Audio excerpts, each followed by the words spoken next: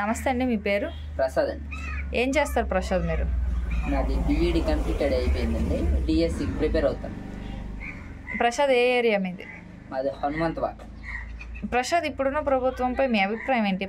అసలు పాలన ఎలా ఉంది? ఈ ప్రభుత్వ పాలన బాగుందండి. ఏంటి, ఏం బాగుంది? రీసెంట్గా తీసుకుంటే మొన్న జరిగిన ఆడుదాం ఆంధ్ర ప్రోగ్రాం, దానివల్ల ఏం జరుగుతుందంటే యూత్ని ప్రోత్సహిస్తున్నారనమాట.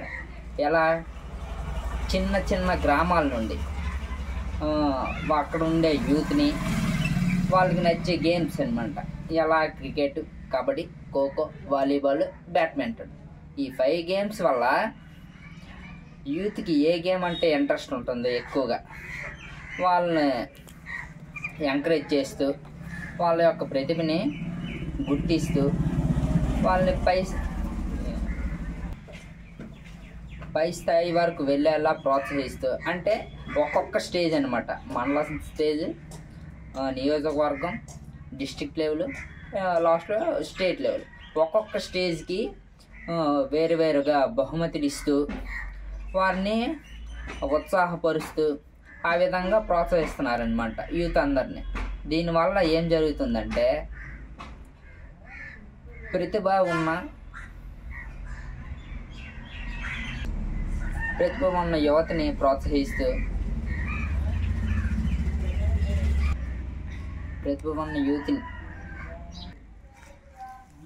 యువతని ప్రోత్సహిస్తూ అలాగే తల్లిదండ్రులు కూడా ప్రోత్సహించని వారు ఎంతోమంది ఉన్నారు. అటువంటి వారిని కూడా ప్రోత్సహిస్తూ సీఎం జగన్ గారు ఆడుదాం ఆంధ్ర అనే ప్రోగ్రాంని తీసుకొచ్చి వారి యొక్క ప్రతిభను గుర్తిస్తూ ఈ స్థాయిలో ఉండకుండా మన స్టేట్ నుండి కూడా చాలామంది యూత్ని పై స్థాయికి వెళ్ళేటట్టు ప్రోత్సహిస్తున్నారు. ఇటువంటి మంచి ఆలోచన రావడం చాలా మంచిది ఈ ప్రభుత్వానికి. అలాగే మన వాలంటీర్ వ్యవస్థ చూసుకుంటే, ఒకప్పుడు పల్లెటూరులో ఒక క్యాస్ట్ ఇన్కమ్ కానీ ఏదైనా సర్టిఫికెట్స్ కావాలంటే మండలాలకి తిరగాలి, లేదా డిస్ట్రిక్ట్ లెవెల్కి తిరగాలి. ఒక మండలానికి వెళ్ళామంటే ఒకరోజు ఆ క్యాస్ట్ సర్టిఫికెట్ మనం ఆ అప్లికేషన్ నింపేసి ఇచ్చాక అదొక 3 days పడుతుంది. అలాగే ఆ సర్టిఫికేట్ మన చేతులకు రావడానికి ఒక 1 month పడుతుంది. దానివలన చాలా లేట్ ప్రాసెస్ అయ్యేది అనమాట ఒకప్పుడు. అది వాలంటీర్ వ్యవస్థ ఎప్పుడైతే మన జగన్ ప్రభుత్వం తీసుకొచ్చిందో అప్పటి నుండి వాలంటీర్లు ప్రతి గ్రామానికి వాలంటీర్ల వ్యవస్థని స్థాపించి మనకి కావాల్సిన సర్టిఫికేట్స్ ఆ వాలంటీర్ల ద్వారా అందించి, ఒకప్పుడు 4 రోజుల వరకు రాని ఆ సర్టిఫికేట్స్ని ఇప్పుడు మన సచివాలయం వ్యవస్థ 1 or 2 daysలో మనకు ఆ సర్టిఫికేట్స్ అందించేలా చేస్తుంది. అలాగే ఇప్పుడు పెన్షన్ వ్యవస్థ చూసుకుంటే ప్రతి గ్రామానికి ఉన్న వాలంటీర్లే ఇంటింటికి వచ్చి పెన్షన్లు ఇవ్వడం చాలా అభివృద్ధిదాయకంగా ఉంటుంది.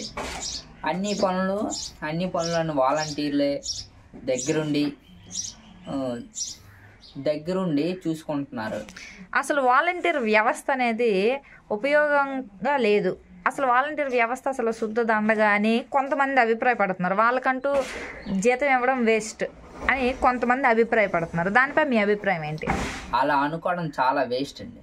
వాలంటీర్ లేకపోతే ఈ రోజుల్లో ఒక క్యాస్ట్ ఇన్కమ్ కానీ, ఒక పెన్షన్ కానీ, అలాగే ఈ రైతు భరోసా కేంద్రాలు పెట్టారే, ఆ రైతుకు అందే ఈ రైతుకు అందే ఈ యూరియా, పొటాసు ఇవన్నీ ఉంటాయి కదా, ఎరువుల్ని కూడా అంత దగ్గరుండి ఈ వాలంటీర్ వ్యవస్థ చేయడం అనేది చాలా కష్టతరమైనది. ఇటువంటి పనులన్నీ కూడా వాలంటీర్లే అందరూ దగ్గరుండి చేయడం చాలా ఉపయోగకరంగా మారుతుంది. దీనివలన ప్రజలకు ఎంతో ఉపయోగం. అయితే గ్రామ వార్డు సచివాలయాలు అనేది ఏర్పాటు చేశారు ఈ ప్రభుత్వం. దానిపై మీ అభిప్రాయం ఏంటండి? ఈ గ్రామ వార్డు సచివాలయం వలన ప్రతి నిరుద్యోగులకు ఉద్యోగం అనేది సమకూరింది. దీనివలన గ్రామంలో ఉండే ప్రజలకు ప్రతి నిత్యావసర సరుకులు అవని ఏవైనా సరే అందుబాటులో ఉంచేటట్టు ఈ ప్రభుత్వం తీసుకొచ్చింది. నెక్స్ట్ ప్రభుత్వం అందించే పథకాలని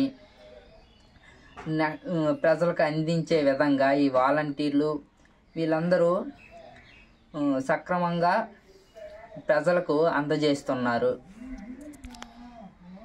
ప్రజలకి ఏ అవసరానికి ఏ అధికారి ఉండాలో సచివాలయంలో ప్రతి ఆ అధికారిని నియమించారు. దానివల్ల ఏమవుతుందంటే ప్రజలకి ఏ సర్టిఫికేట్స్ కావాలన్నా, ఏ ఎరువులు కావాలన్నా, ఏ ఆధార్ కార్డులు కావాలన్నా, రేషన్ కార్డులు కావాలన్నా, ఏం కావాలన్నా సరే సచివాలయం దగ్గరికి వెళ్ళి ₹1 కూడా ఖర్చు పెట్టకుండా అంతా ఫ్రీగా పొందేటట్లు మన జగన్ ప్రభుత్వం ఏర్పాటు చేసింది. దీనివల్ల ఏమవుతుందంటే రాజకీయ నాయకుల చుట్టూ తిరిగే అవసరం లేదు. లంచం ఇచ్చే అవసరం అంతకన్నా లేకుండా పోయింది. పథకాలు ఇస్తున్నారు, నేరుగా తీసుకుంటున్నారు. ఇదే కదా పాలన అంటే. ప్రజలకి వాళ్ళ అవసరాన్ని తీర్చుకునే విధంగా ఉండేది, లంచం లేకుండా తీసుకునే విధంగా ఉండేదే పాలన. జై జగన్. అయితే 2024 ఎలక్షన్లో ఎవరు కోటేసి గెలిపిద్దాం అనుకుంటున్నారు? జై జగన్. జగన్కే మా ఓటు.